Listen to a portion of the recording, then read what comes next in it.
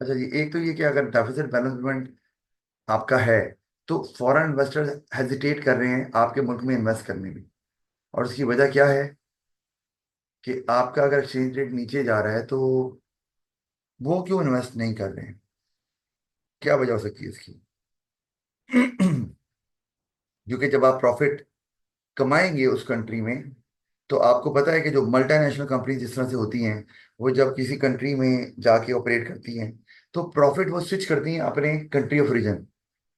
तो जब वो प्रॉफिट स्विच करेंगी तो जब वो कन्वर्ट करेंगी अपनी करेंसी में तो वो बहुत थोड़ा बनेगा, क्योंकि जिस कंट्री में वो ऑपरेट कर रहे हैं वहाँ एक्सचेंज रेट गिर रहा है। मतलब ये कि वहां पर तो इन्वेस्टमेंट आपके लिए आसान है, सस्ती पड़ रही है। लेकिन जब आपको स्विच करना है प्रॉफिट को, लेट से कि वो एक्सचेंज रेट गिर रहा है और भी, तो फिर आपने जो इन्वेस्टमेंट तो की होगी ज्यादा, लेकिन वो जब आप कन्वर्ट करेंगे अपने अपनी होम करेंसी में, होम कंट्री की करेंसी में, या जो आपका कंट्री ऑफ रीजन है, तो वो कम बनेगी आपकी। और वैसे भी अगर किसी कंट्री में एक्सचेंज रेट स्टेबल ना हो तो एक अनसर्टेनिटी होती है, और उसमें जारी बात है किसी को फायदा या नुकसान हो सकता है। फिर ये भी होता है बाद कि फॉरेन इन्वेस्टर्स बाद किसी मुल्क में इन्वेस्ट कर रहे होते हैं कि आगे हम एक्सपोर्ट करेंगे नेबरिंग कंट्रीज को, या इंपोर्ट करेंगे, जो भी है सिलसिला। तो वो फिर प्रॉब्लम आ सकती है उसके अंदर भी, बिजनेसेस को। और बार ये तो हम इसमें कवर हो गया। एक्सचेंज रेट फ्लक्चुएशन हम पहले बात कर चुके हैं कि आपके बैलेंस ऑफ पेमेंट अगर स्टेबल नहीं है तो फ्लक्चुएशन तो आएगी। और अगर एप्रिसिएशन हो रही है, आपकी external value of the currency बढ़ रही है, तो एक्सपोर्टर्स को नुकसान है और इंपोर्टर को फायदा है। क्योंकि एक्सपोर्टर जो चीजें बना रहा है वो अब दूसरे मुल्क के लोगों के लिए महंगी हो गई है। अगर आपकी करेंसी बढ़ रही है तो वो आपसे नहीं लेंगे, वो किसी और से ले लेंगे जहां पर सस्ती मिल रही है। और तो इसलिए एक्सपोर्ट्स कम हो जाएंगी। फिर एक्सपोर्टर, अगर आपका बिजनेस एक्सपोर्ट करता है तो उस बिजनेस पे इम्पैक्ट आएगा सिग्निफिकेंट। इंपोर्टर है तो उसको फायदा है क्योंकि उसको इंपोर्टेड आइटम सस्ती मिल रही हैं। और अगर वो उनको यहाँ लाकर बेचता है या फिर उसको एज अ रॉ मटेरियल इस्तेमाल करता है, तो अगर रॉ मटेरियल के तौर पर इस्तेमाल करता है तो कॉस्ट ऑफ प्रोडक्शन कम होगी, तो उसको फायदा है, यहाँ पर प्रॉफिट उसका ज्यादा हो जाएगा। और अगर यहाँ बनाकर यहाँ पे बेचता है तो उसको सस्ती मिल रही है और यहाँ पे प्राइस लेट से वही चल रही है, तो तब भी उसको फायदा ही होने वाला है, क्योंकि करेंसी एक्सचेंज रेट कम होने से उसकी कॉस्ट कम हो गई, तो प्रॉफिट बढ़ रहा है। अच्छा, और अगर डेप्रिसिएशन है तो ऑपोजिट होगा, एक्सपोर्टर को फायदा हो जाएगा, क्योंकि एक्सचेंज रेट कम है तो दूसरे मुल्क के लोग आपसे खरीदना चाहेंगे क्योंकि आपकी चीजें सस्ती हैं। सस्ती, रेलेट यहाँ पे एक वर्ड इस्तेमाल हो रहा है जो इम्पोर्टेंट है, वो है, यहाँ पे लिख देता हूँ।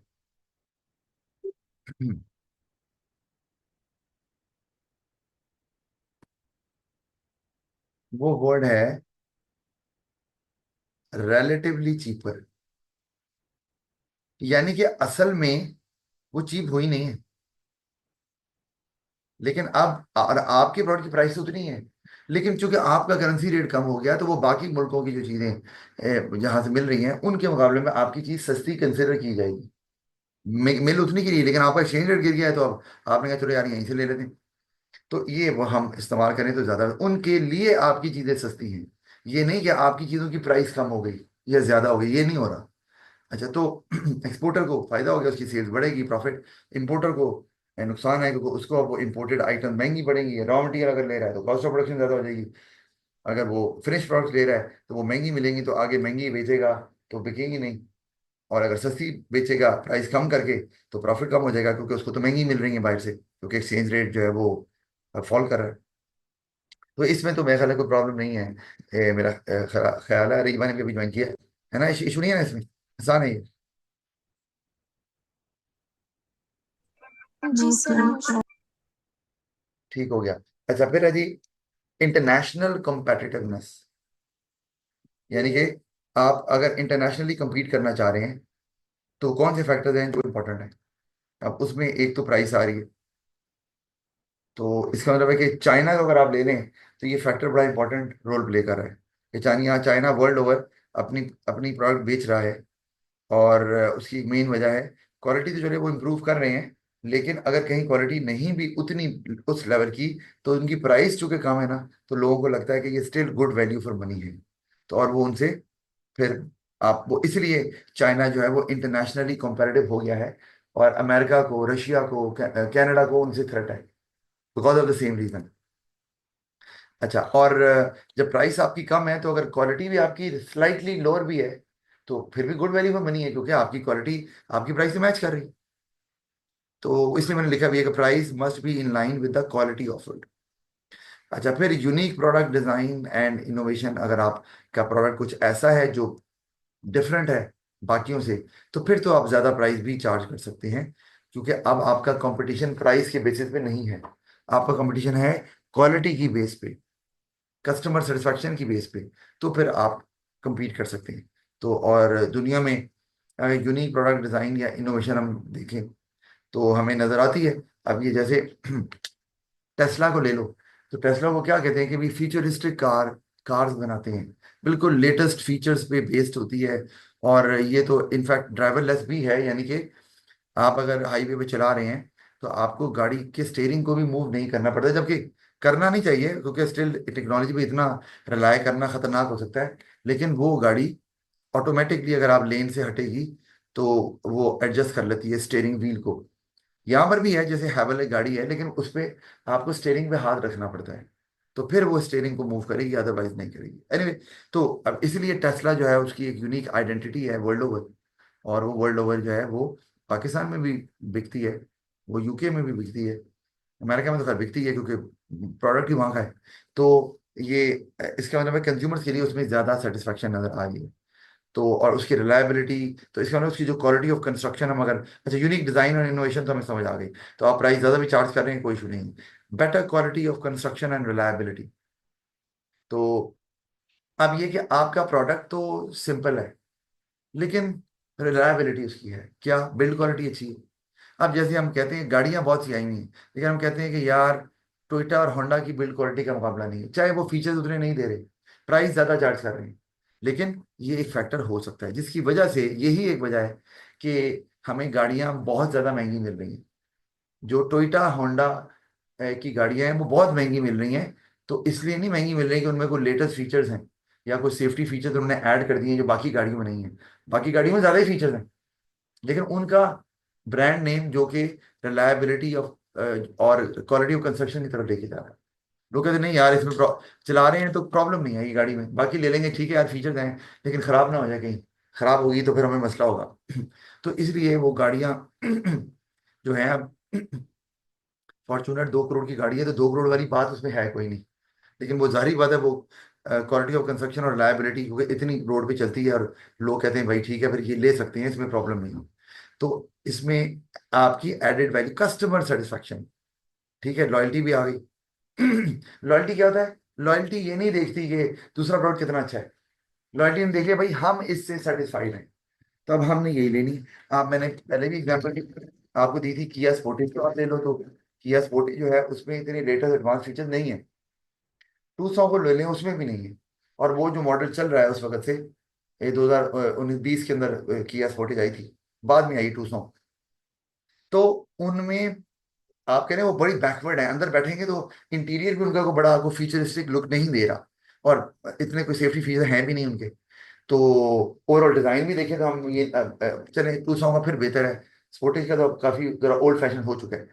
लेकिन वही बात की, पुरानी गाड़ी रिलायबल है, बिल्ड क्वालिटी अच्छी है, ट्रबल नहीं करेगी, तो कस्टमर लॉयल हैं, और कीमत वो अगर ज़्यादा भी चार्ज कर रहे हैं या उतनी ही चार्ज कर रहे हैं बाय ऑफरिंग लेस फीचर्स, लोग फिर भी उनको बाय कर रहे हैं। तो इंटरनेशनली आप भी compete कर सकते हैं, लेकिन ये मैं पाकिस्तान की बात बता रहा हूँ। बाहर प्रॉब्लम है, क्योंकि किया जो है वो बाहर, जो यहाँ मॉडल है किया का वो बाहर नहीं है, बाहर कंपटीशन की इंटेंसिटी ज़्यादा होती है, वहाँ आपके 2-4 ब्रांड्स के साथ कंपटीशन नहीं होता, तो उधर तो वो लॉन्च करते हैं ना, उधर जो है वो जो न्यू मॉडल है वो आ चुका हुआ है, हमारे नहीं आ रहा यहाँ पर, क्योंकि वो कंपटीशन के हिसाब से ही देख रहे हैं कि लोग कितनी गाड़ियां ले रहे हैं। अच्छा, तो ये अगर आपकी क्वालिटी ऑफ कंस्ट्रक्शन, आप टोयोटा जो है वो पूरी दुनिया में लार्जेस्ट कार मैन्युफैक्चरर है, उसकी वजह उसकी रिलायबिलिटी ही है। अब टोयोटा हाइब्रिड गाड़ियों में उन्होंने बहुत काम किया हुआ है, और इसलिए हाइब्रिड गाड़ियां उनकी बहुत ज़्यादा रिलायबल भी हैं और लोगों को प्रेफर भी करते हैं। अच्छा, फिर आगे हमारे पास आ गया एक और बेसिस जिस पे आप compete कर सकते हैं, effective promotion and extensive distribution. Effective promotion तो ये है कि आप प्रमोशन अगर कर रहे हैं तो उससे सेल्स में इजाफा हो रहा है, या आपकी एडवर्टीजमेंट बहुत अट्रैक्टिव है, या आप जो सेल प्रमोशन करते हैं वो बड़ा टाइमली करते हैं जब करनी चाहिए। आप जैसे कि अगर फ्लाइट्स हैं और आपने mid of the year promotion की है, क्योंकि मिड ऑफ द ईयर जो है वो नॉर्मली, या start of the year normally लोग ट्रैवल नहीं करते, क्योंकि ऑफ कोर्स आपका वो एंड ऑफ द ईयर जो सेलिब्रेशन होती है पूरी दुनिया के अंदर, वो लोग ऑलरेडी अवेल कर चुके होते हैं। तो अब दोबारा से टिकट लेके घूमना तो नहीं है, अब तो टाइम आ गया बैक टू वर्क। तो वो आपका आइडियल टाइम आता है कि जब फ्लाइट्स अभी ज़्यादा आपके वो फुल कैपेसिटी पे नहीं जा रही, तो फिर आपके लिए प्रमोशन के चांसेस वहाँ हैं। तो ये कि आप टाइमली प्रमोशन करते हैं और वो इफेक्टिव भी है, लोगों को लगता है कि हमारे पैसे एक्चुअली बच रहे हैं कि नहीं। तो और एक्सटेंसिव डिस्ट्रीब्यूशन, जैसे कि ना आपने एक फ्लाइट लेनी है किसी एक एयरलाइन कंपनी की, तो उन्होंने कहा जी आप हमारी एयरलाइन अगर इस्तेमाल करेंगे ना, तो हम आपको जहां आपका स्टे है वहां 3 दिन के लिए होटल की बुकिंग फ्री कर देंगे, या एक दिन के लिए कर देंगे लेट्स। तो ये प्रमोशन है। और अगर आपको लग रहा है कि लोग जो है वो ट्रैवल, यानी कि टूरिज्म के लिए ट्रैवल कर रहे हैं, तो टूरिज्म के लिए जब ट्रैवल किया जाता है तो फिर आप इकोनॉमी देखते हैं कि यार आसानी से जब जो टिकट मिलेगी ना, सस्ती मिलेगी वही लेंगे। हमें कौन सी इमरजेंसी है, कोई अपने अपने घर वालों से तो नहीं मिलना, कोई बिजनेस टूर पे तो नहीं जा रहे। तो फिर आप ये यहाँ पे ये काम करता है ये वाला, ये वाली प्रमोशन। अच्छा, और एक्सटेंसिव डिस्ट्रीब्यूशन ये कि आपकी प्रोडक्ट इजीली अवेलेबल हो। अगर आप वर्ल्ड ओवर compete कर रहे हैं, तो जिन कंट्रीज में आप compete कर रहे हैं वहां पर वो चीज़ इजीली अवेलेबल हो। अगर वो अप्रोचेबल नहीं है, एक्सेसिबल नहीं है लोगों को, तो फिर सेल्स आपकी फिर कैसे बढ़ने वाली है। बात का ये भी होता है कि आपका प्रोडक्ट जो है वो शायद क्वालिटी में उतना अच्छा नहीं है, प्राइस में थोड़ा सा अप है, लेकिन चूंकि इजीली अवेलेबल है तो लोग कहते हैं यार दूर कौन जाए, पेट्रोल खर्च होगा, ख्वारी होगी, टाइम लगेगा। आजकल वैसे भी पूरी दुनिया में लोगों के पास टाइम कहाँ है। वैसे टाइम है सोशल मीडिया को इस्तेमाल करने के लिए, लेकिन वैसे नहीं है दूसरों को देने के लिए, या तो एक्सटेंसिव डिस्ट्रीब्यूशन में लोगों को अपनी नियर बाय एक पॉइंट ऑफ सेल पे वो चीज़ अवेलेबल होगी, तो ये भी आपको ज़्यादा कंपेरेटिव बनाता है। आप कहते हैं यार यही ले लो ठीक है।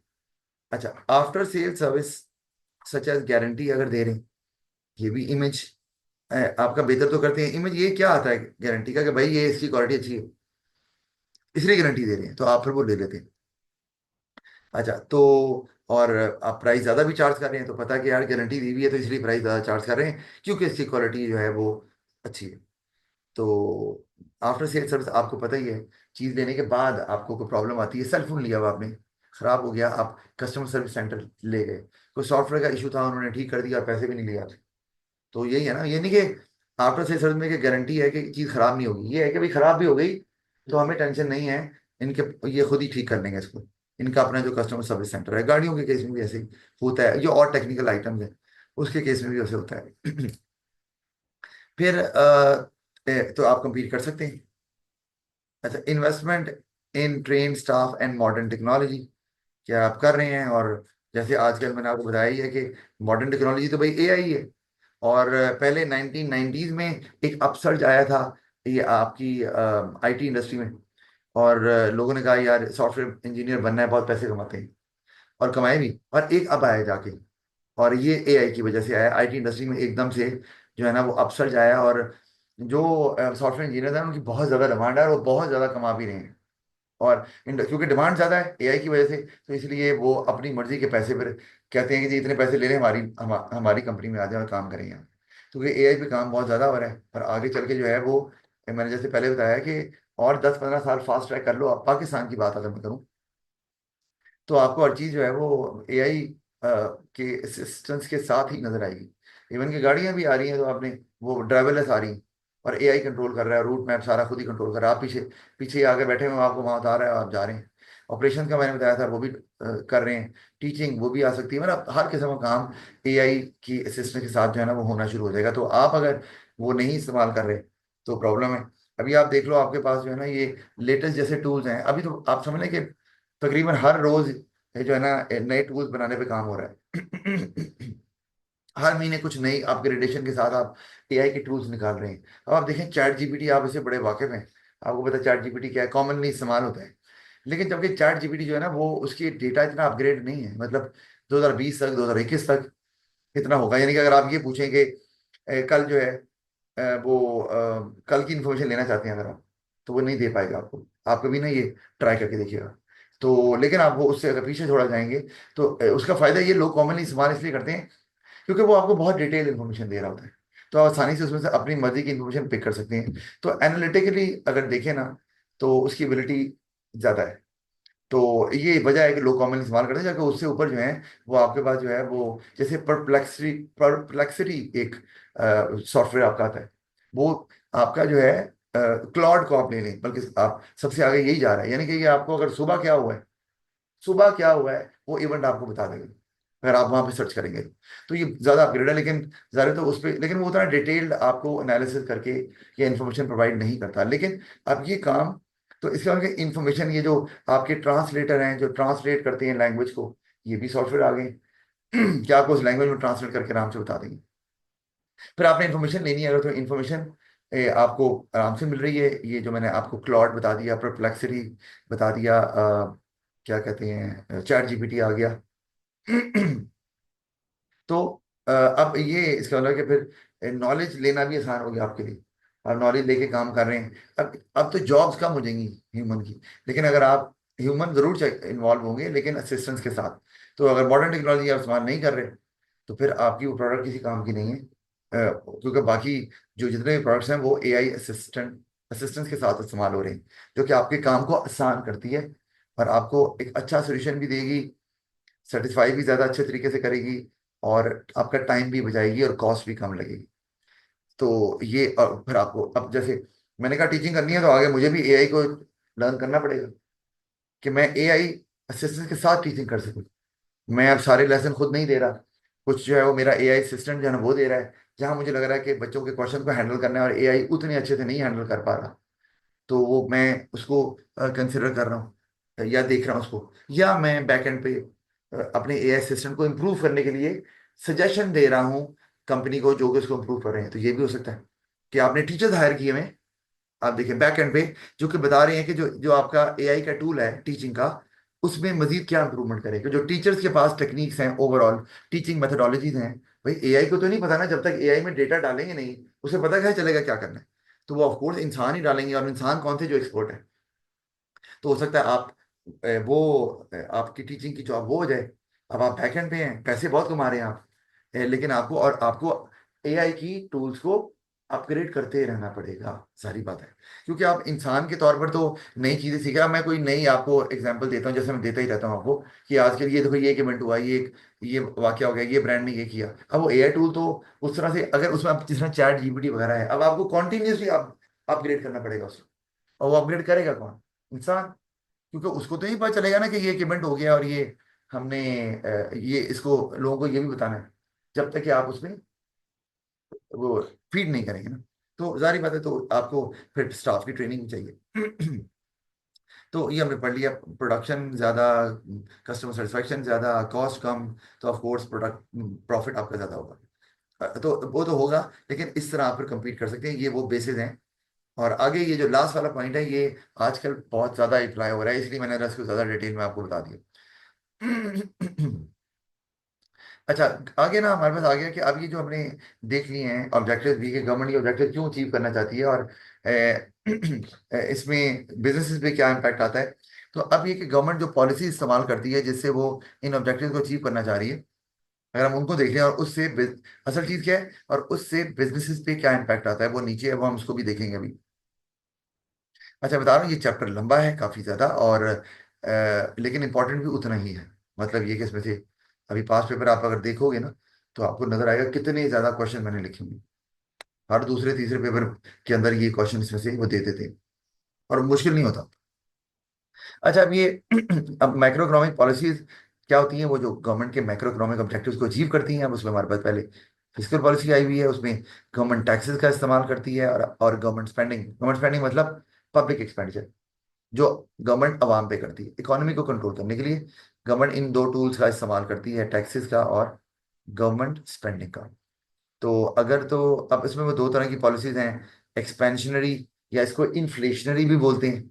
क्यों बोलते हैं? क्योंकि ये एक्सपेंशनरी इसलिए है क्योंकि ये आपकी इकोनॉमी को ग्रो तो करेगी, लेकिन ये साथ में इन्फ्लेशन भी लेके आएगी।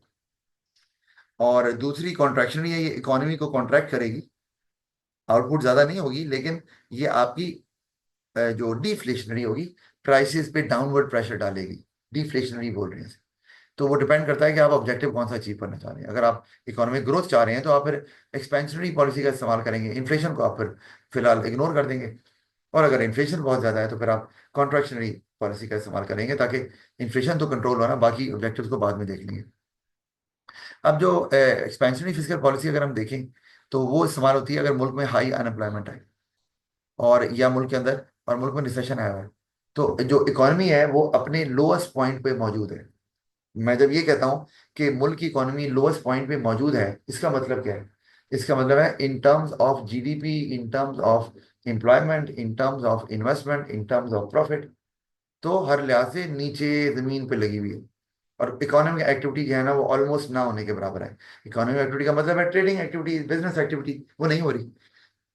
तो गवर्नमेंट जो है ना वो क्या करेगी? एक्सपेंशनरी फिस्कल पॉलिसी का इस्तेमाल करेगी, क्योंकि उसने एक्टिविटी को तेज करना है, इकोनॉमिक एक्टिविटी को तेज करना है। तो वो गवर्नमेंट क्या करेगी कि टैक्स रेट को कम कर देगी।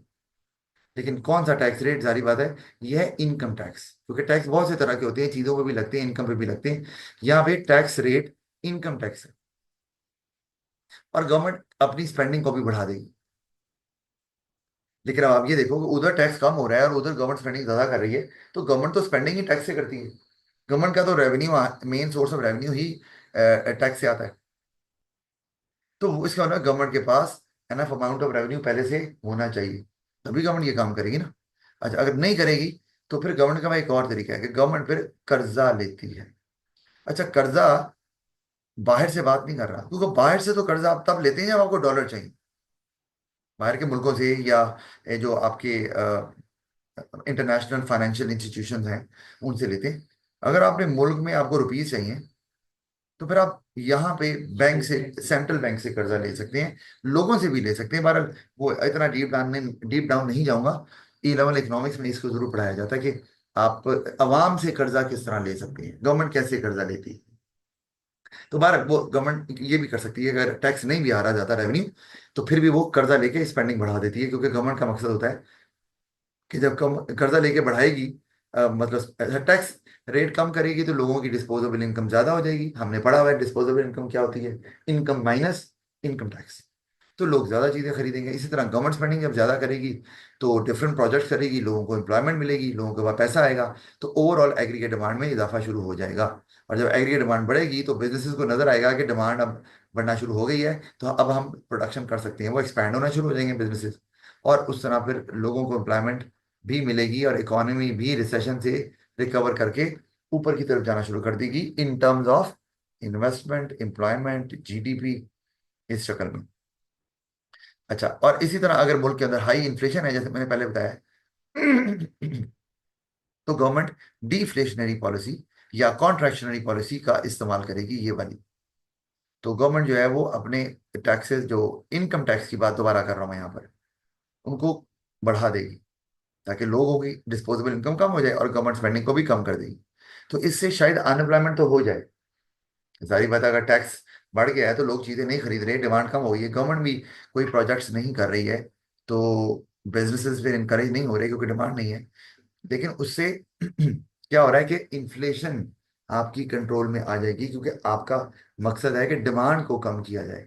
वैसे भी फिजिकल पॉलिसी का मेन मकसद डिमांड को ही इन्फ्लुएंस करना है, या डिमांड को ज्यादा करना है या कम करना है। यहाँ पर डिमांड को ज्यादा किया था, और यहाँ पर डिमांड को कम कर दिया, डिपेंडिंग अपॉन के कौन सा ऑब्जेक्टिव अचीव करना है। इसी तरह मॉनेटरी पॉलिसी है, ये भी गवर्नमेंट इस्तेमाल करती है। इसमें गवर्नमेंट टूल्स इस्तेमाल करती है, जैसे इंटरेस्ट रेट है, मनी सप्लाई है, इनको इस्तेमाल करती है।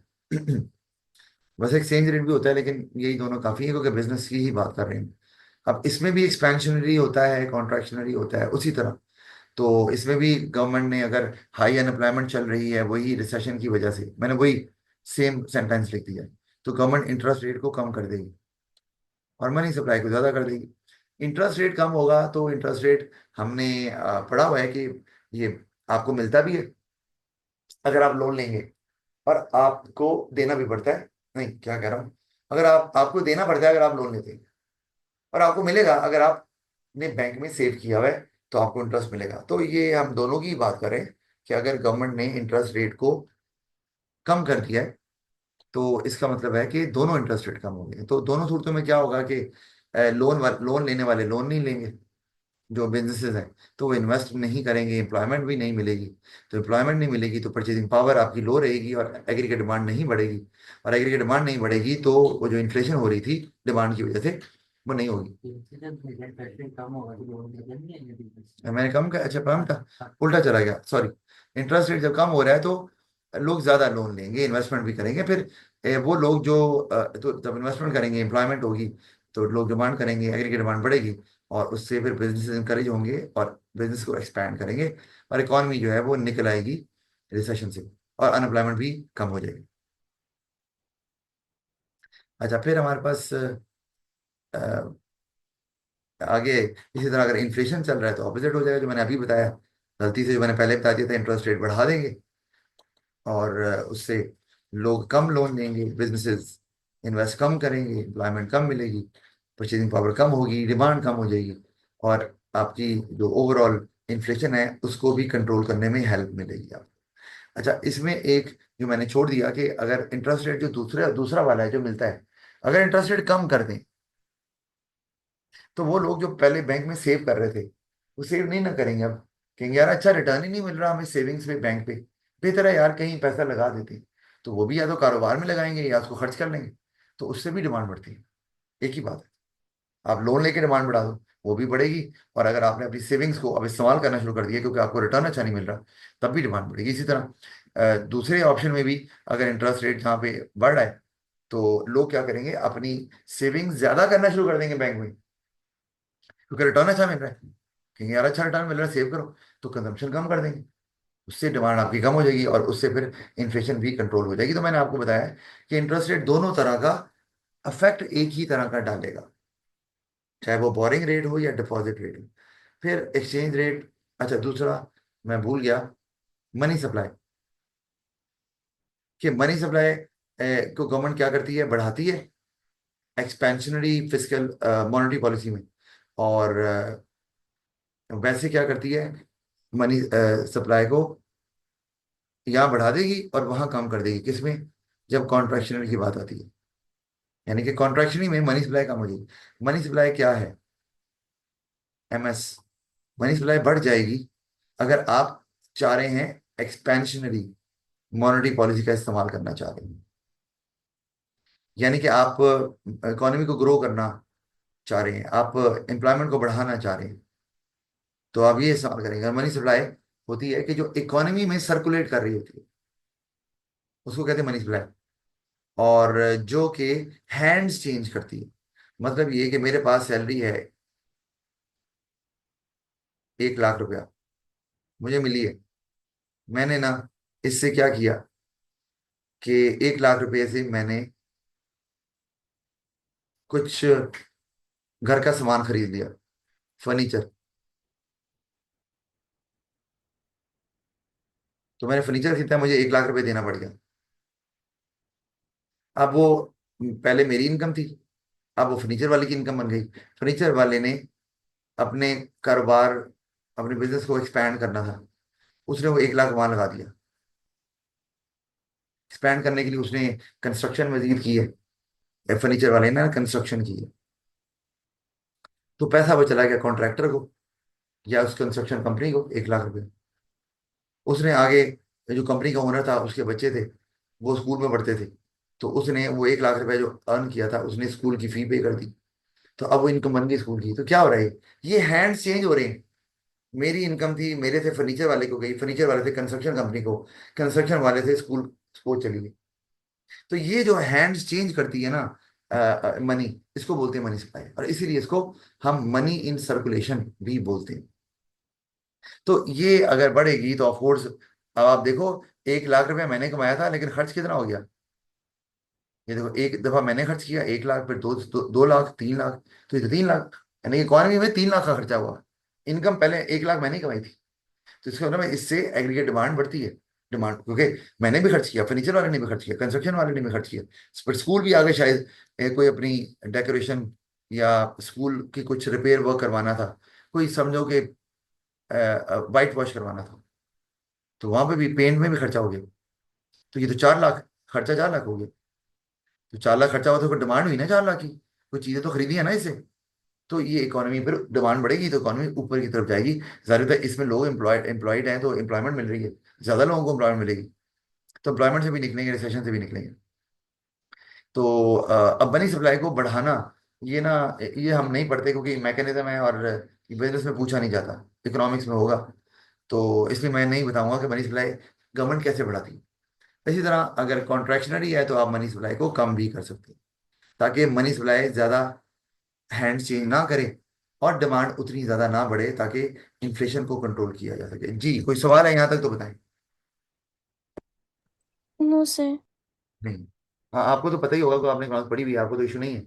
अरीबा को अगर हो तो जरूर बता देना मुझे। अच्छा आगे हम चलते हैं, तो आगे हैं एक्सचेंज रेट पॉलिसी, क्योंकि हम गवर्नमेंट की पॉलिसीज पढ़ रहे हैं।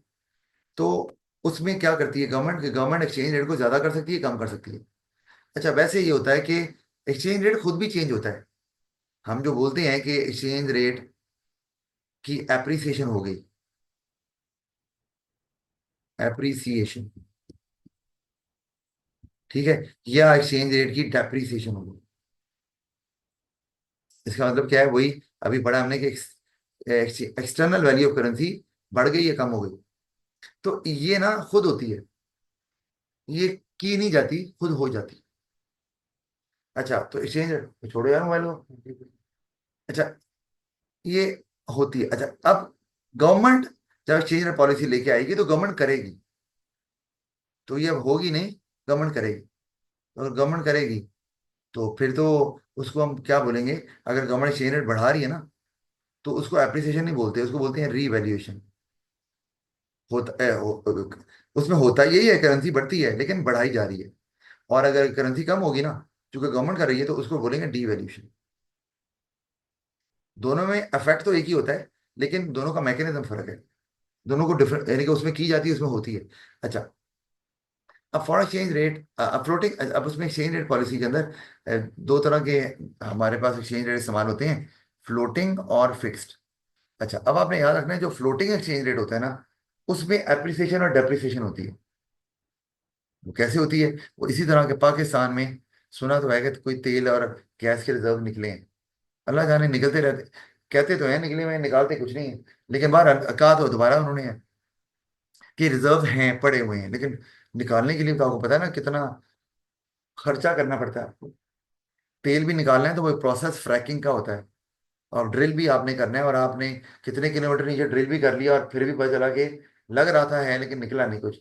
अच्छा ड्रिल नहीं भी कर रहे तो आपको पता है पानी, समंदर में नॉर्मली ऐसे होता है कि आपको ऑयल के रिजर्व मिल जाते हैं, लेकिन बहुत डीप डाउन ड्रिल आपको करना पड़ जाता है। तो अब वो इतना कॉस्टली और एक्सपर्ट स्टाफ तुम्हारे पे है नहीं, खैर।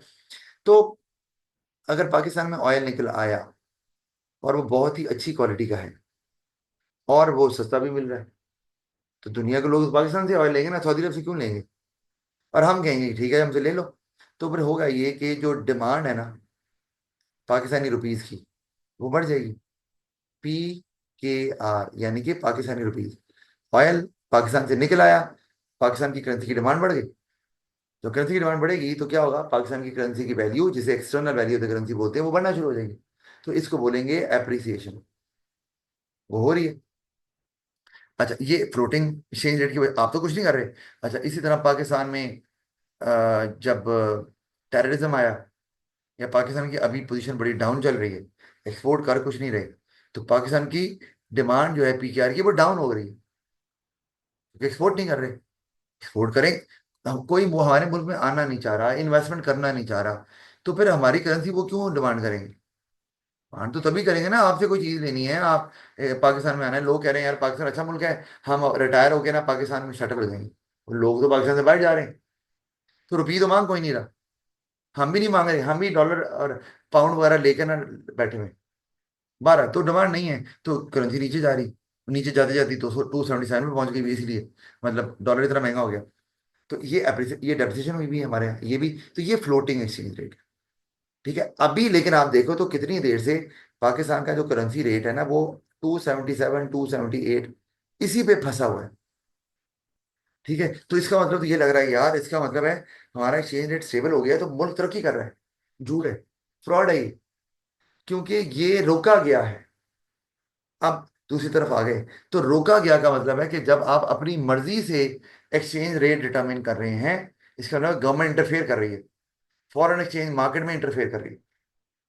और फिर वहां पे कॉन्सेप्ट आ गया रीवैल्यूएशन डिवैल्यूएशन का, कि गवर्नमेंट को लग रहा है डॉलर 300 पे जा रहा है, गवर्नमेंट ने कहा नहीं जाने देंगे, रोक लेंगे इसको।